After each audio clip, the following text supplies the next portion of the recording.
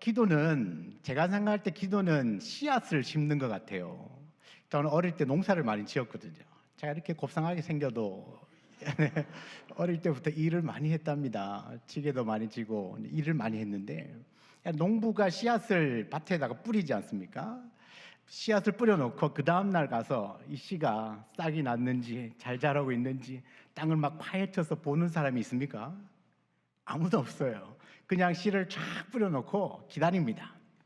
비가 오기를 기다리고 햇빛이 쬐기를 기다리고, 그래서 비가 오고 또 뭐 햇빛도 쬐고 하다 보면 어느 순간인가 싹이 올라오죠. 그리고는 줄기가 생기고 가지가 맺더니 나중에 열매가 맺더라고요. 이게 무슨 의미냐면 기도는 그런 거예요. 그냥 심는 겁니다. 심어 놓으면 자라겠죠. 나중에 싹이 탈 거고요. 자랄 거고 열매를 맺을 겁니다.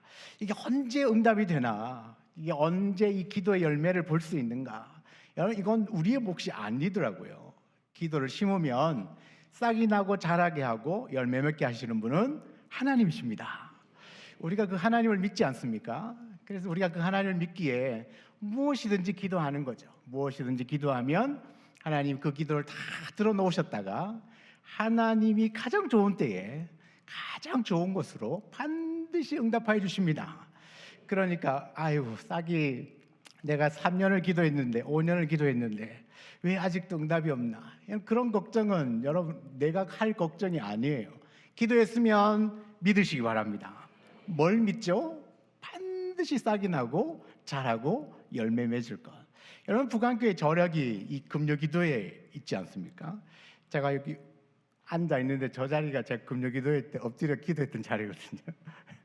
그때는 교육자들이 강단에 다 올라와서 기도를 했었죠. 우리 성도들도 막 앞에 나와서 기도하고 했었는데, 그 기도가 하고 나면 나중에 잊어버릴 수는 있어도 결국은 나도 뭐 느끼든 기억을 하든 기억하지 못하든 그것이 다 하나님의 가장 선한 방법으로, 또 가장 하나님의 뜻에 합당한 방법으로 다 열매 맺는 것을 저는 너무나 많이 경험하고 있습니다. 여러분도 이 자리에서 그 기도의 능력, 그 기도의 은혜를 충분하게 누리시기를 축복합니다. 여러분, 오늘 요한복음 1장에 보면 태초에 말씀이 계셨습니다. 이 말씀이 하나님과 함께 계셨고요. 이 말씀은 하나님이시다. 어렵지 않죠? 태초에 말씀이 계셨습니다. 근데 그 말씀이 하나님과 함께 계셨어요. 그런데 그 말씀은 하나님이에요. 말씀이 있어요. 하나님이 함께 계세요. 그런데 이 말씀이 하나님인데요, 14절에 보면 이 말씀이 육신이 되어 우리 가운데 거하심에, 희한하죠? 말씀이 육신이 되었대요. 말씀이 육신이 되어 우리 가운데 거하시는데 도대체 이분이 누군가 싶어서 이렇게 보았더니 그 영광이 아버지의 독생자의 영광인 거예요. 그 아버지는 하나님이잖아요. 하나님의 독생자면 누구이겠습니까? 그렇죠, 예수 그리스도인 거예요. 말씀이 육신이 되어 우리 가운데 거하시는데 그분을 보았더니 그분의 영광이 아버지 하나님의 영광인 거예요. 아버지 아들의 영광, 그러니까 예수님인 거죠. 예수님. 그러니까 말씀이 육신 되어 우리 가운데 거하시는 그분이 예수 그리스도인 거예요. 거꾸로 올라가 보겠습니다. 말씀이 육신이 되어 우리 가운데 거하시는 예수님이 쭉 올라가면 말씀이죠. 말씀이 하나님이라고 그랬죠. 그 말씀이 태초에 하나님과 함께 계셨다. 여러분, 이사야 선지자가 예언할 때 메시아의 이름을 무엇이라고 예언했습니까? 임마누엘이라고 그랬습니다. 임마누엘의 뜻은 하나님이 우리와 함께 계시다. 여러분, 이 하나님 우리와 함께 계시다, 누구를 향한 예언입니까? 예수님을 향한 예언입니다. 자, 예수님이 우리와 함께 계시는 하나님이십니다. 자, 오늘 사도 요한은 예수님을 말씀이 육신이 되어 우리 가운데 거하시는 하나님으로 소개하고 있습니다. 말씀이 육신이 되어 우리 가운데 거하시는 하나님, 그분이 누구시라고요? 예수 그리스도입니다. 하나님 우리 가운데 거하신다는 말씀은, 이 거한다는 말이 뭐냐 하면 산다, 함께 같이 산다, 사셨다라는 뜻인데, 하나님 우리와 어떻게 사실까요? 하나님 우리와 존재 방식이 다른데 어떻게 하나님 우리와 함께 살아갈 수 있을까요? 구약적인 배경을 한번 생각해 보시면 금방 이해가 될 것 같아요. 여러분, 이스라엘 백성이 40년의 광야 생활을 시작할 때 하나님이 모세에게 성막을 지으라고 말씀하셨습니다. 이 성막에는 중요한 장소가 성소와 지성소라고 하는 아주 중요한 장소가 있고요. 이 지성소 안에는 하나님의 언약궤, 법궤, 또 증거궤라고 하는 한 궤짝이 하나 있습니다. 지성소 안에는. 그리고 그 언약궤 안에 세 가지가 들어있는데, 하나는 십계명의 두 돌판, 하나는 아론의 쌍난 지팡이, 하나는 만나 담은 항아리. 이 세 가지가 언약궤 안에 들어있고, 그 언약궤를 덮는 덮개 뚜껑에는 시은소, 속죄소라고 하는 두 그룹이 날개를 펴고 뚜껑을 덮고 있습니다. 하나님이 그 언약궤 위 지성소, 속죄소 두 그룹 사이에서 내가 너와 만나겠다고 약속합니다. 출애굽기 25장 21절과 22절 말씀인데요, 속죄소를 궤 위에 얹고 내가 내게 줄 증거판을 궤 속에 넣으라. 거기서 내가 너와 만나고. 그 전까지 하나님이 어디에 계실까? 물론 천지 만물에 안 계신 것이 없으시겠지만 아주 구체적으로 내가 거기서 너를 만나겠다, 내가 여기에서 너를 만나겠다라고 장소를 특정해 준 곳은 여기가 처음이에요. 어디죠? 성막, 그리고 그 중에서도 지성소, 더 줄이면 언약궤, 그 언약궤 위에서 내가 만나주겠다라고 말합니다. 실제로 말씀하신 대로 성막이 완성되어졌을 때 출애굽기 40장에 보면 구름이 회막에 덮이고 여호와의 영광이 성막에 충만했다. 하나님의 영광이 성막에 충만했다는 이야기는 하나님이 거기에 임재하셨다는 이야기, 임재, 거기 계셨다라는 겁니다. 여호와의 영광이 성막에 충만한 거죠. 임재하시고 거기 계시는 겁니다. 인간의 삶 안에 하나님이 구체적으로 들어오신 거예요. 아주 놀라운 사건입니다. 하나님이 우리의 삶 가운데 구체적으로 들어오는 그 통로가 뭐였냐면 성막이었습니다. 줄이면 언약궤였습니다. 이스라엘 백성들이 성막에서 하나님을 예배합니다.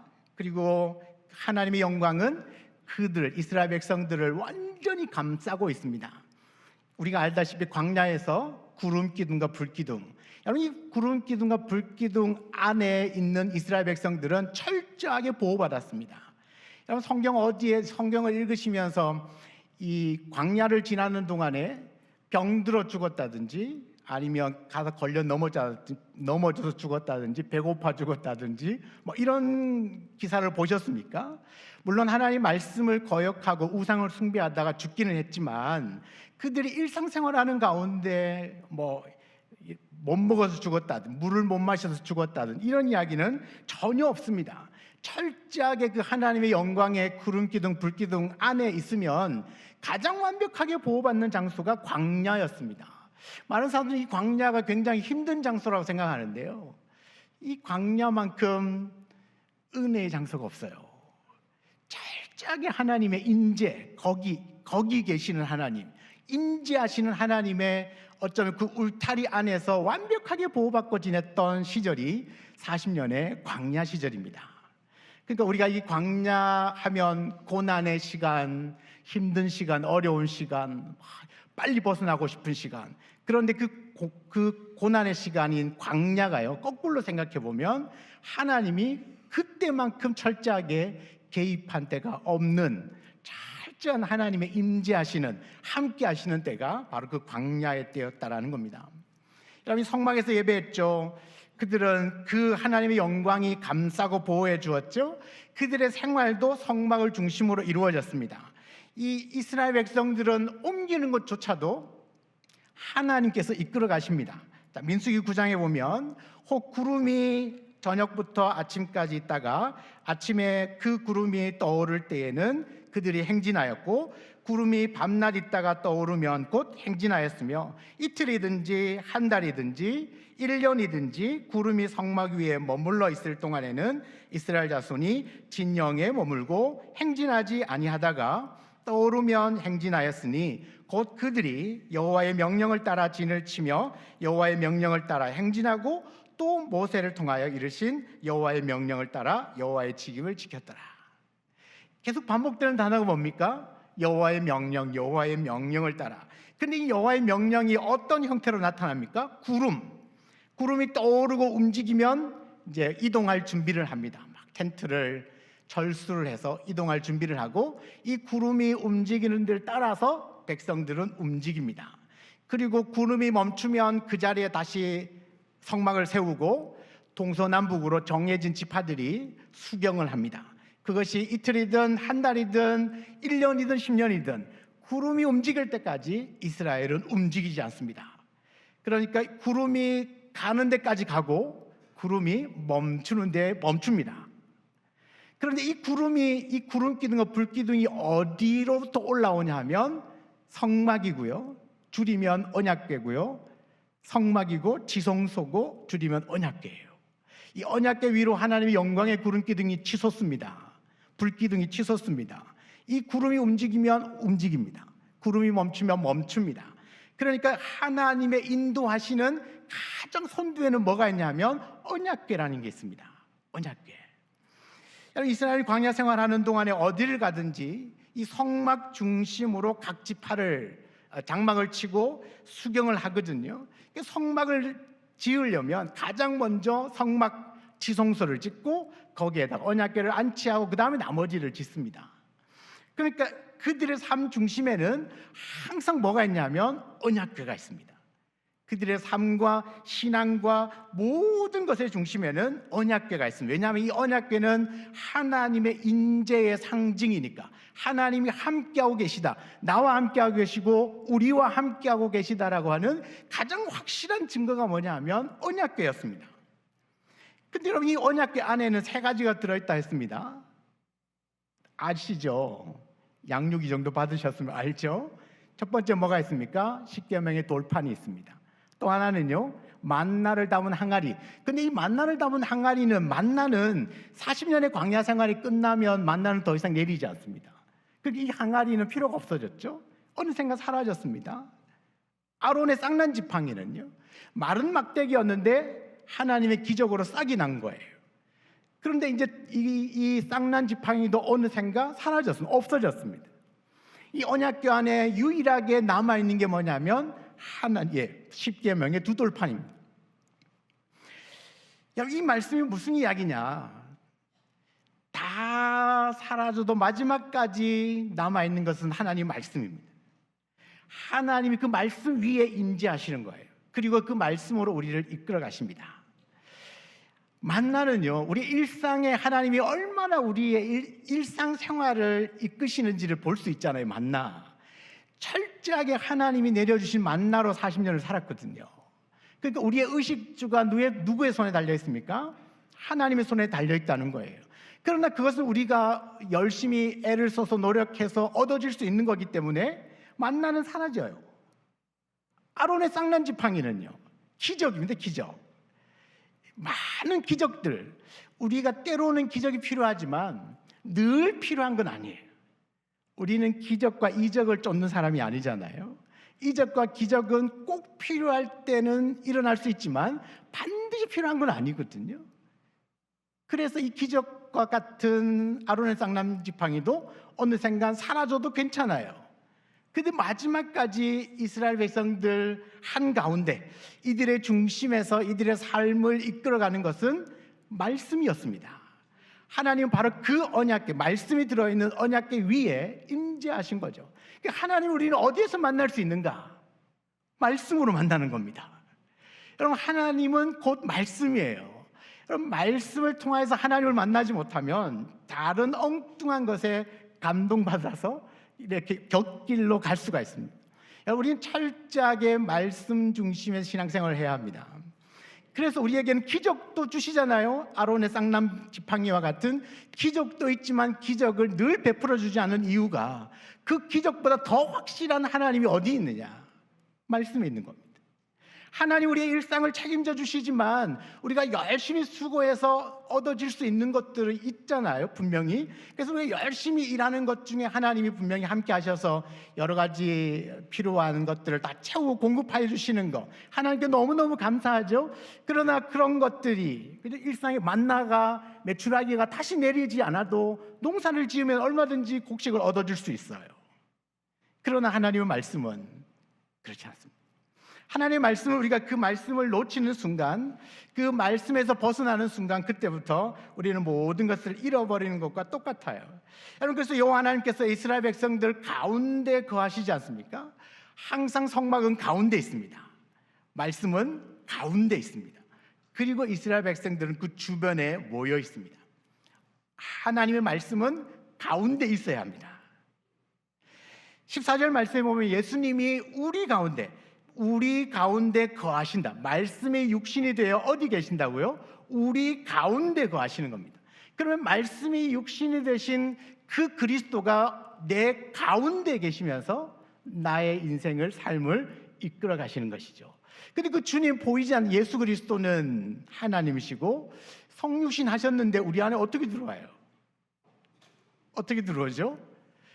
원래는 못 들어오잖아요. 하나님이시니까 들어올 수는 있으시겠지만 실제로는 못 들어오잖아요. 그래서 뭐예요? 말씀이 육신이 돼요. 말씀이 육신이 되어서 우리 가운데 들어오시는 이 사건이, 우리가 지금 여러분이 손에 들고 있는 그 말씀을 여러분이 받을 때에 예수님이 우리 안에 들어오는 것과 똑같다. 여러분, 그래서 말씀은 곧 하나님이세요. 그리고 예수 그리스도가 곧 말씀이신 겁니다. 여러분, 이렇게 우리의 육신이 말씀의 육신이 되어 우리 가운데, 우리 안에 거하실 때, 그러니까 예수님이 우리 가운데 거하실 때, 말씀이 우리 안에 있을 때 나에게 어떤 변화들이 일어날까? 첫 번째 요한복음 17장 17절인데요. 같이 한번 읽어보겠습니다. 세 분이 눈을 감으셔가지고 자, 함께 읽습니다. 그들을 진리로 거룩하게 하옵소서. 아버지의 말씀은 진리니이다. 아멘. 아버지의 말씀은 진리니이다. 그 진리로 거룩하게 하옵소서. 말씀이 내 안에 들어올 때 나에게 일어나는 그 첫 번째가 진리로 거룩하게 되는 겁니다. 거룩하게 되는 것입니다.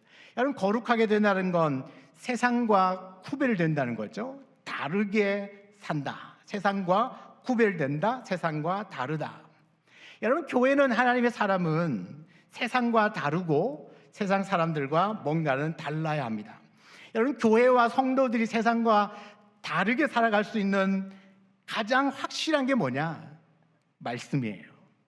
왜냐하면 보세요. 요즘 세상에 얼마나 많이 우리를 유혹하는 정보들이 많습니까? 뭐 영상을 통하여서 뭐 TV나 여러 매체들을 보면 잡다한 지식들이 얼마나 많이 들어와요.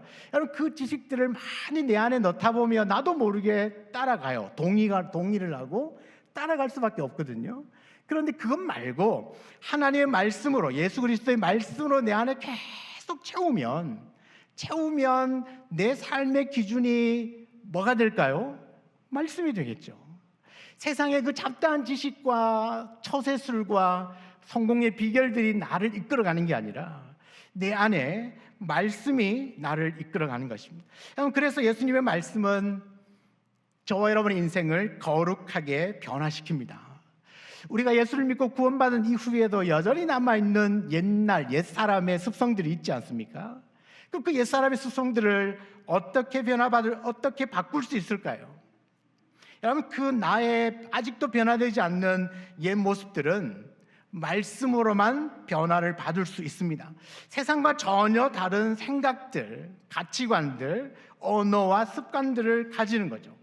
여러분, 그래서 각자의 삶 속에서 말씀이 떨어지면 그 말씀은 우리를 거룩하게 합니다. 다르게 생각하는 거죠. 세상 사람들과는 다르게 생각하는 겁니다. 세상 사람들은 쉽게 이야기하면 요즘 차별금지법이나 동성애 굉장히 많이 인권이라는 이름으로 우리 상관에 들어오잖아요. 근데 말씀을 갖고 있는 저와 여러분을 어떻게 생각합니까?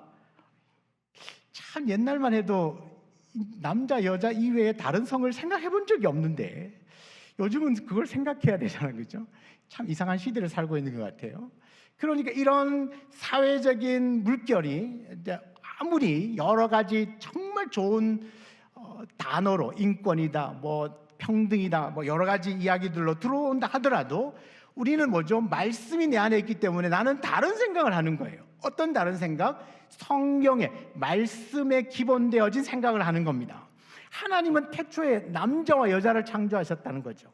그럼 다른 생각이 들어올 틈이 없는 거예요. 근데 말씀이 없으면 그래, 세상의 흐름이 그런데 그래, 인권 존중해야지.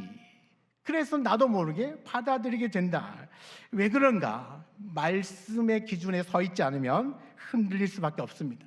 여러분, 세상은 우리를 보고 되게 꽉 막혔다고 말할지 모르지만 여러분, 이건 꽉 막힌 것이 아니라 우리는 다르게 거룩하게 살아가는 거예요. 왜요? 하나님 말씀으로 판단하고 있기 때문에 그렇습니다. 어떤 사람들은 신앙을 아주 추상적으로 생각하고 또 자신이 정말 구원받았는지 스스로 의심하는 사람들이 있을지 모릅니다. 그러나 여러분이 문득문득 하나님 말씀이 떠오르고 문득문득 말씀이 생각나서 나도 저렇게 살아야 되겠구나, 나도 저렇게 변화받았으면 좋겠다, 나도 하나님 내 이웃을 사랑하고 가난한 자 돌보고 하나님의 기쁨이 되는 거룩한 하나님의 자녀로 살아야 되겠다라고 하는 그런 마음이 들어온다면 여러분들은 이미 말씀으로 진리로 거룩하게 되신 하나님의 자녀들인 줄 믿습니다.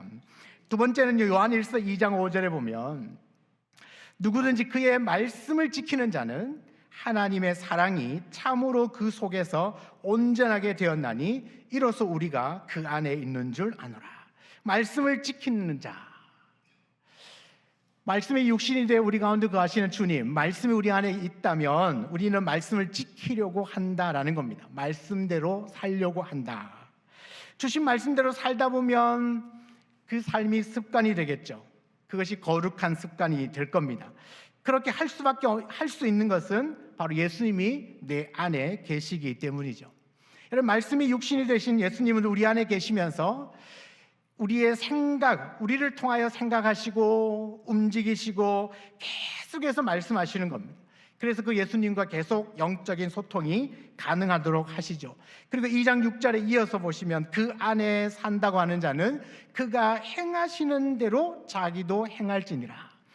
그러니까 말씀이 있는 사람들의 변화는 그가 행하시는 대로 예수님이 하신 것처럼 나도 그렇게 살아야 되겠다라고 생각하고 그렇게 산다는 겁니다. 여러분, 예수님이 어떻게 사셨습니까? 예수님은 우리에게 가장 기본적으로 기도하는 삶을 보여주셨어요. 여러분, 저는 생각할 때 이 땅에 기도가 가장 필요 없으신 분이 예수님이세요. 왜요? 그분 하나님이시니까. 기도가 전혀 필요하지 않는 분이 기도하신 거는 기도하지 않으면 안 되는 우리들에게 너희는 반드시 기도해야 산다, 그것 가르쳐 주시기 위한 거거든요. 전혀 기도하지 않아도 되는 분이 기도의 삶을 보여주셨는데 말씀이 있는 사람은 무슨 생각을 한다는 거죠? 예수님이 그렇게 사셨으니까 나도 그렇게 살아야 되겠다. 그래서 그 기도에 나의 삶을 드리는 거예요. 나의 그 기도에서 결판을 내보자는 거죠. 하나님의 뜻에 항상 예수님은 순종하셨습니다. 예수님도 하나님이신데 내 뜻이 아니라 아버지의 뜻이 이루어지기를 항상 갈망했습니다. 그럼 우리 안에 뭐죠? 말씀이 있는 사람은 그래, 내 뜻이 아니라 아버지 하나님의 뜻을 이루어 드려야 되겠구나, 내 뜻보다 아버지의 뜻이 더 우선이구나. 그래서 그 아버지의 뜻에 순종한다는 겁니다. 여러분, 다른 사람에게 복음을 전합니다. 예수님도요, 각 동네마다 전도하러 다니셨거든요. 예수님이 전도하러 다니셨다면 우리도 또한 나도 전도하면서 살아야 되겠다. 여러분, 가난한 자, 병든 자, 눈먼 자, 소외된 사람들 예수님은 다 돌봐주셨습니다. 한 사람도 놓치지 않으셨어요. 그들에게 긍휼을 다 베풀어 주었습니다. 그러면 말씀이 육신이 되어 우리 가운데 거하시는 주님, 말씀이 있는 사람들은 어떤 삶을 살고 싶어 한다는 거죠? 예수님처럼 나도 가난한 사람, 나도 소외된 사람의 친구가 되어줘야 되겠다. 나도 어려운 사람들 보면 그냥 지나치는 것이 아니라 내 안에 있는 것 조금이라도 내어줄 수, 나눠줄 수 있는 그런 말씀의 사람이 되어야 하겠다. 여러분, 그런 생각을 한다는 거죠. 왜요? 말씀이 내 안에 있으니까요. 말씀이신 그분이 내 안에 계시니까. 우리는 다른 방향으로 살아가는 사람이 아니라 예수님이 살아가신 그 방향으로 함께 살아가는 사람이거든요.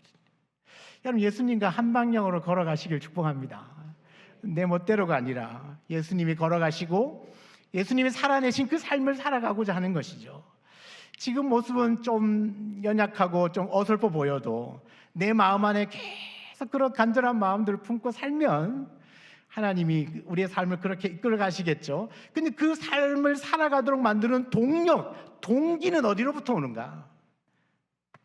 내 안에 예수 그리스도, 말씀이신 예수님이 거하시면 내가 충분히 나도 예수님처럼 예수님과 같은 그런 삶을 나도 살아내야 되겠다, 그런 생각을 한다는 것이죠. 여러분, 여호수아 1장 8절에 보면 새롭게 모세의 뒤를 이은 여호수아에게 주시는 말씀이에요. 모세가 이렇게 이야기를 합니다. 이 율법책을 내 입에서 떠나지 말게 하며 주야로 그것을 묵상하여 그 안에 기록된 대로 다 지켜 행하라. 그리하면 내 길이 평탄하게 될 것이며 내가 형통하리라. 여기 약속의 말씀을 붙들고 말씀대로 살았을 때는 형통한 겁니다. 여러분, 말씀대로 살았을 때는 넘실대는 요단강이 문제이지 않았어요. 여리고성이 문제가 되지 않았습니다. 가나안에 살고 있는 수많은 족속들이 전혀 그들에게 문제되지 않았어요. 말씀대로만 살았더니, 말씀대로만 했더니 요단강도 갈라졌고요, 여리고성도 무너졌고, 여러분, 이 가나안에 살고 있는 족속들과 싸움할 때 시간이 조금 더 필요하면 이 전쟁 끝낼 수 있는데 했더니만 하나님이 그냥 해도 그냥 넘어가는 해도 멈춰버린 거예요. 내가 말씀을 주야로 묵상하고 그 말씀대로 순종하여 나갈 때는 정말 말씀대로 모든 일이 형통했다는 거죠. 근데 그 이후에 사사시대가 왔지 않습니까? 사사시대는 한마디로 말씀을 잃어버린 시대입니다. 사사기의 제일 마지막 장 마지막 절에 그때에 이스라엘에 왕이 없으므로 자기 소견에 오른 대로 행하였더라. 말씀이 없어서 자기 멋대로 산 거예요. 그랬더니 사사시대가 왔어요. 서로 자기 멋대로 살아가는 그런 다 일그러진 시대가 와버렸다는 겁니다. 여러분, 우리 인생에서 하나님의 말씀이 사라지면 우리의 삶의 방향성도 잃어버리는 겁니다. 우리를 이끌고 나가는 거룩한 목표, 표준, 확실한 리더십이 없어지는 거예요.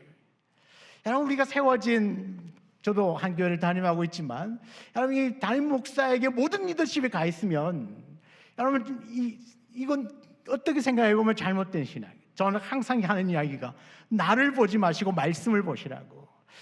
나는 그 말씀을 여러분들에게 풀어주고 가르쳐주고 코칭하는 감독일 뿐이라고. 너무 의존하지 마시라고. 여러분들이 의존하고 의지하고 붙들어야 될 것은 하나님의 말씀입니다. 그 하나님의 말씀은 영원하고 변함이 없고 우리 삶의 지표고 표준이고 확실한 리더십이라고. 여러분, 확실한 리더십. 그런데 그 말씀이 없어지면 리더십이 없죠. 내가 어디를 따라가야 될지를 모르는 거예요. 그러면 헤매는 인생을 살 수밖에 없습니다. 여러분, 우리 안에서 끊임없이 일어나는 이 죄에 대한 욕구를 어떻게 이겨내시겠습니까? 내 안에 끊임없이 일어나는 죄에 대한 욕구를 어떻게 이겨내겠습니까? 나에게는 이 끊어낼 힘이 없거든요. 이 힘은 말씀으로부터 와요. 그래서 이 삶의 결과는 내가 말씀을 따르지 않고 정욕을 따랐을 때 따라오는 결과는 심판이고 파멸인 거 너무나 당연한 거 다 알고 있지 않습니까? 여러분, 미국에 존 F 케네디가 있습니다. 너무 유명한 대통령이죠. 존 F 케네디가 1960년에 대통령으로 즉위를 합니다. 그런데 1962년에요, 미 연방 대법원에서 어떤 결정을 내리냐면 미국에 있는 모든 공립학교에서 성경 읽기와 기도를 폐지하라. 여러분, 미국이 어떤 나라입니까? 성경 위에 손을 얹고 선서함으로 대통령이 세워지는 나라. 여러분, 유럽의 청교도들이 건너와서 세운 나라, 기독교가 바탕이 되고 말씀이 근본이 된 나라였습니다. 그런데 시간이 흘렀습니다. 우리에게는 너무나 익숙한 훌륭한 대통령인지는 모르지만 그가 대통령이 되고 난 이후에 법이 바뀌면서 공립학교에 공식적인 기도와 성경 읽기를 못하도록 했습니다. 그 이후에 40년 동안 어떻게 됐느냐? 청소년들이 다 무너졌어요. 미국의 중고등학교의 학력 수준이 떨어졌고요. 10대들의 집단 폭력, 마약, 가출, 성폭력은요 천문학적으로 급증했습니다. 이런 말씀을 몰아내버리면 우리의 인생과 우리 사회에 어둠이 들이올 수밖에 없고 어둠을 막을 방법이 없습니다. 우리가 잘 알고 있는 시편 119편 105절, 주의 말씀은 내 발의 등이요 내 길의 빛이니이다. 여러분, 아무리 어두운 캄캄한 세상이라도 빛 하나 딱 비추면 여러분 그 빛 보고 가면 되잖아요. 망망대해에 길을 잃어서 헤매고 있는 배가 있어도요, 등대 불빛 하나만 비춰도 그 불빛이 따라가면 육지로 올라올 수 있는 거거든요. 말씀은 그런 겁니다. 이 세상이 어지러워서 어디로 가야 진리가 있고 어디를 가야 제대로 살아가고 세상이 어디로 가야 이게 옳은 길인가를 사람들은 몰라요. 스스로 여기가 맞다 저기가 맞다고 말을 해요. 그러나 저 여러분 같이 말씀이 있는 사람은 그 말씀이 빛이기 때문에 여러분 그 말씀을 따라가면 그 길이 옳은 길이에요. 그 길이 정의라고요. 세상이 어떤 윤리 도덕적으로 이 세상을 정의롭게 만들 수는 없습니다. 이 세상에 다 무너지고 캄캄해도 말씀의 빛만 비추고 있으면 그것은 희망이 있는 겁니다. 소망이 있는 것입니다. 다 잃어버려도 말씀 하나 붙들고 있으면 그것이 빛이 되어서 반드시 여러분의 인생을 이끌어 주실 겁니다. 지금은 아무것도 보이지 않는 것 같아도 여러분 안에 꿈틀거리는 말씀이 있다면, 말씀이 육신이 되어 우리 가운데 가시는 예수 그리스도가 있다면 우리는 그 어두운 가운데서도 빛을 발견하고 제대로 된 방향으로 우리의 인생을 살아가게 될 줄 믿습니다. 한 가지 이야기만 하고 마쳐야 될 것 같은데요, 이 모니카의 기도로 유명한 어거스틴 아시죠? 이 어거스틴의 회심 사건은 우리에게 아주 귀한 교훈을 줍니다. 이 어거스틴은 청소년 때부터, 어릴 때부터 굉장히 방황을 많이 했습니다. 32살이 되었을 때에, 그제서 32살이 되었을 때 밀란으로 이사를 하고 난 이후에 한 정원을 산책하는 중에 그가 극적인 회심 사건을 경험합니다. 여러분, 그의 고백록에 보면 이렇게 기록을 하고 있어요. 제가 그 한 일부분을 소개하겠습니다. 나는 여전히 죄의 노예라고 생각했기 때문에 비참함 가운데 계속 부르짖었다. 왜 나의 추한 죄들을 끝내지 못하는가? 나는 이렇게 자문했고 마음속에 가장 쓰라린 슬픔을 품고 줄곧 울고 있었다. 그때 갑자기 가까운 집에서 나는 어린이의 노랫소리를 들었다. 들고 읽어라, 들고 읽어라. 나는 홍수처럼 흐르는 눈물을 억제하며 서 있었고 이것이 성경을 펼쳐 나의 눈길이 닿는 첫 구절을 읽으라는 하나님의 명령으로 들었다. 그리고는 성경을 펼쳤다. 그리고 나의 시선이 닿는 그 첫 구절을 읽었다. 로마서 13장 13절 같이 읽습니다. 낮에와 같이 단정히 행하고 방탕하거나 술 취하지 말며 음란하거나 호색하지 말며 다투거나 시기하지 말고 오직 주 예수 그리스도로 옷 입고 정욕을 위하여 육신의 일을 도모하지 말라. 그 이후에 이렇게 기록합니다. 나는 더 이상 읽을 필요가 없었다. 왜냐하면 이 문장의 끝에 이르자 그것은 눈 깜짝할 사이에 나의 마음 안에 넘치게 들어와서 내 신앙의 빛을 비추어 주었고 의심의 모든 어둠을 다 걷어갔다. 여러분, 그렇게 오랫동안 방황하던 어거스틴을 한 방에 변화시킨 것이 무엇입니까? 말씀이었습니다. 말씀. 기적이 아니에요, 여러분. 말씀이었습니다.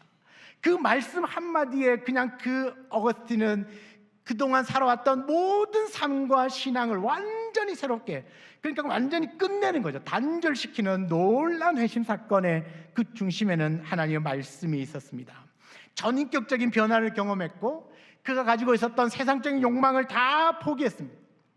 여러분, AD 387년 부활절날 세례를 받고 395년에 감독으로 선출이 되고 430년 임종할 때까지 그가 남긴 업적은 대단합니다. 우리가 알고 있는 대부분의 교리를 처음 구체화시킨 분이 어거스틴입니다. 그런데 그의 회심이 이 어거스틴의 회심함을 통하여서 위대한 사람으로 하나님이 쓰셨는데 그 핵심의 중심에는 하나님의 말씀이 있었습니다. 여러분, 구약의 이스라엘 백성들을 이끌어 오실 때에 성막 그 가운데 언약궤, 그 가운데 하나님의 말씀의 돌판, 사라지지 않는 끝까지 남아있었던 그 말씀으로 이스라엘 백성들을 이끌어 오신 겁니다.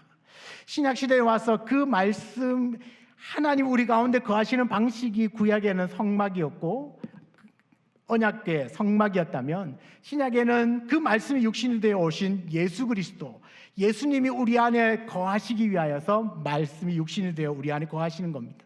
그래서 우리 안에 계시다는 것, 내가 말씀이 있다는 건 곧 예수님이 내 안에 계시다는 것이죠. 그래서 여러분, 우리가 예수의 사람은 곧 말씀의 사람입니다. 말씀의 사람과 예수의 사람은 다른 사람이 아닌 거죠. 예수의 사람은 모두가 다 말씀의 사람입니다. 여러분이 부인하셔도 어쩔 수 없어요. 나는 아니다라도 그건 말이 안 되는 이야기예요. 예수 그리스도를 믿는다는 것은, 그리스도를 영접했다는 것은 여러분 안에 말씀이 역사하고 있다는 사실입니다. 그렇기 때문에 이 말씀은 우리 인생의 가운데 있어야 하고 여러분의 가정의 중심에 있어야 합니다. 말씀을 통해서 흘러나오는 은혜가 가정으로 들어올 때 그 가정이 살아나는 겁니다. 교회는 어떻겠습니까? 교회는 당연히 말씀이 중심에 세워져야 하죠. 여러분, 교회 안에서 말씀 중심으로 세워진 공동체는 외부의 공격으로부터도 보호받지만 내부의 분열도 스스로 막아낼 수 있는 힘이 바로 그 말씀 앞에 있습니다. 여러분, 삶을 이끌어가는 것도 말씀입니다. 우리의 삶을 이끌어가는 말씀, 그 말씀이 내 안에 있다는 건 곧 하나님이 내 안에 임마누엘 하고 계시다는 것과 동일합니다. 여러분, 말씀이 육신인데 우리 가운데 거하시는 그 예수 그리스도, 여러분, 그 예수님의 말씀을 끊임없이 묵상하고 여러분, 그 말씀을 따라 살아가는 말씀의 사람, 그리스도 예수의 사람이 되시기를 주의 이름으로 축원합니다. 다른 건 예수 그리스도가 전부예요. 예수 그리스도가 전부인데 그리스도를 믿고 따르고 하니까 뭔가 잘 보여지지 않는 것 같잖아요. 뭐죠? 그 다음에 보여지지 않는 것 같아요. 그래서 사람들이 예수님을 따라가야 한다니까 십자가 따라가야 되는 줄 아는데, 그게 아니라 예수님을 따라간다는 건 말씀을 따라간다는 거예요. 우리의 삶을 이끄시는 분은 예수 그리스도입니다. 그래, 예수 그리스도입니다 하고 아멘 하실 때는, 아, 예수님은 말씀이구나. 내가 그 말씀 앞에서 내가 삶의 방향을 잡고 말씀이 내 삶의 전부가 되고 말씀의 중심에 있을 때 내가 하나님의 사람으로 이 땅에서 예수의 사람으로 살아갈 수 있구나. 오늘 이 시간에 오신 모든 성도님 여러분, 말씀이 육신이 되어 우리 가운데 가시는 예수 그리스도, 바로 그 그리스도의 말씀 앞에서 온전히 순복하고 또 그 말씀을 따라 살아가는 말씀의 사람이요 예수의 사람들로 우리가 남은 평생의 삶을 그렇게 예수님과 한 방향으로 살아가는 저와 여러분 되기를 주의 이름으로 축원합니다. 제가 한번 기도하겠습니다. 하나님 아버지, 감사합니다. 오늘 함께 나누었던 말씀 안에서 예수 그리스도를 발견합니다. 그리스도를 따르며 그리스도의 사람으로, 말씀의 사람으로 우리의 남은 평생의 삶을 살아가는 그런 말씀의 사람 다 되게 하여 주시옵소서. 예수님의 이름으로 기도합니다. 아멘. 감사합니다. 말씀 앞에서 경외함으로 찬양하십시다.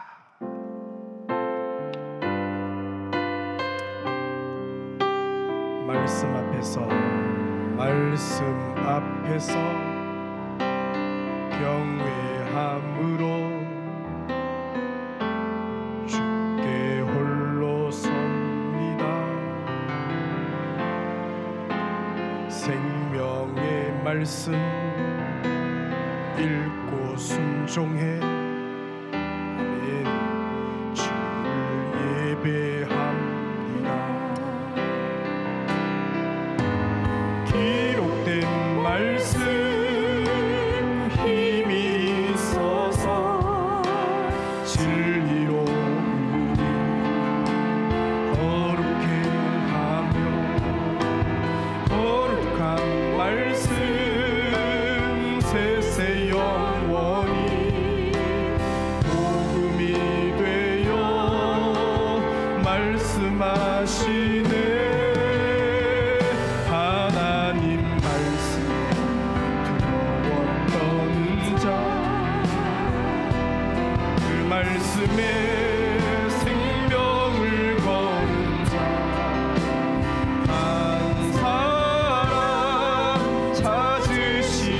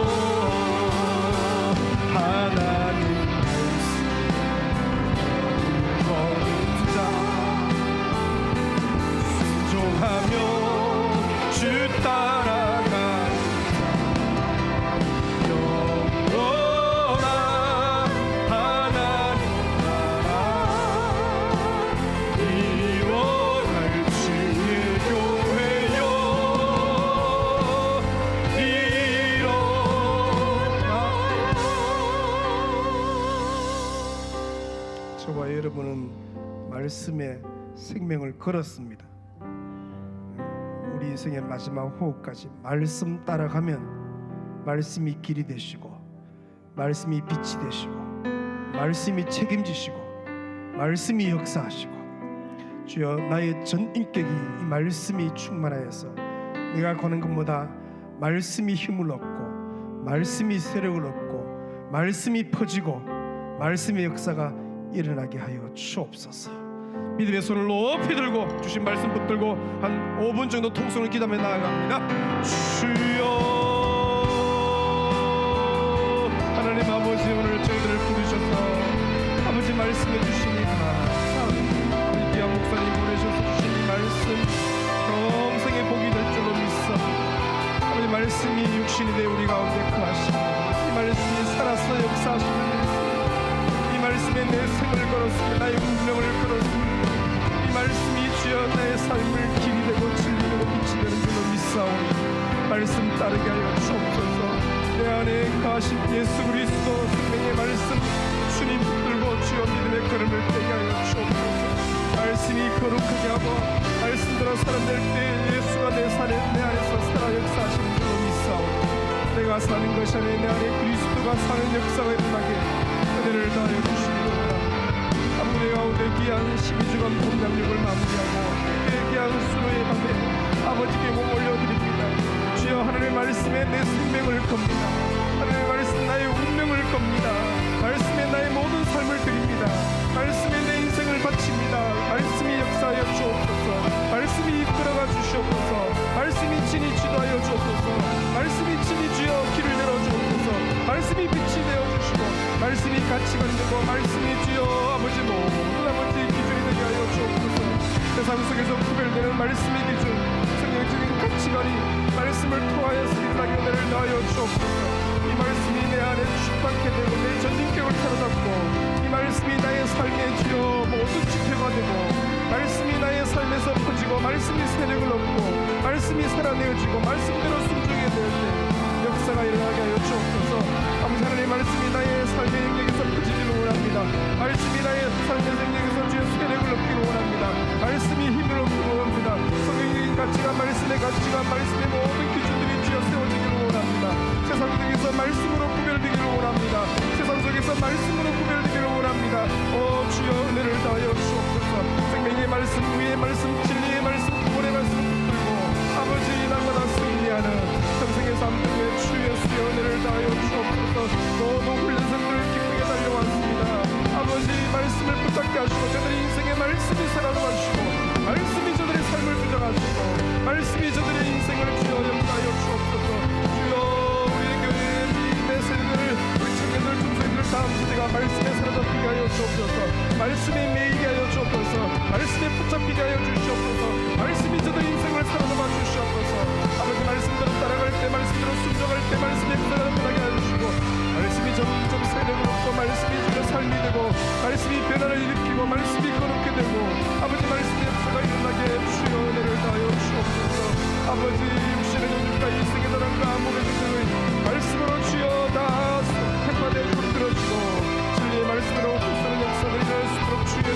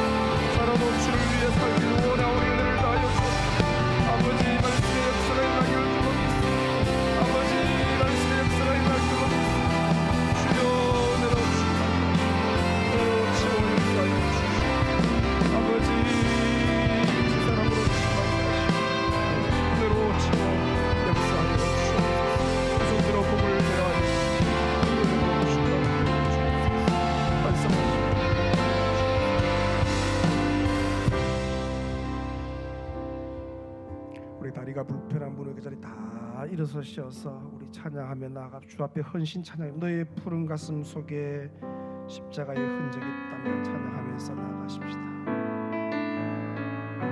주님께 즐거이 헌신합니다. 너의 푸른 가슴 속에 십자가의 흔적이 있다며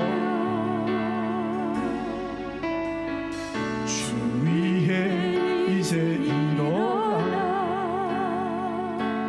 너의 믿음 주께 보이라. 너의 뛰는 가슴 속에 너의 뛰는 가슴 속에 하늘의 불 타고 있다며 그 나라 그 영광 위에 너의 삶을 주께 드려라.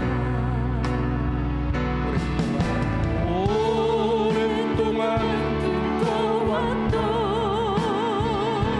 그 나라 이제 곧 손 높이고 찬양하는 우리 주의 은혜의 강 이 땅 휩쓸며 흐르도록 하나님의 눈물을 가진 자 일어나 주님을 따르라. 너의 십자가 지고 주님을 따르며 온 세상 주 영광 보겠네. 너의 삶을 불태워라. 너의 삶을 불태워 주를 섬겨라. 주의 영광 나타나겠네. 오래 황폐한 이 땅 꽃을 피워라. 주의 향기 가득하겠네. 오랫동안 꿈꿔왔습니다. 오랫동안 꿈꿔왔던 그 나라 이제 오고 우리 주의 은혜의 강 이 땅 휩쓸며 흐르도록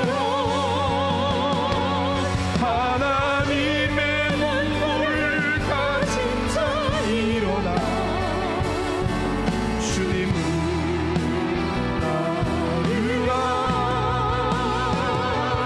너의 십자가 지고 주님을 따르며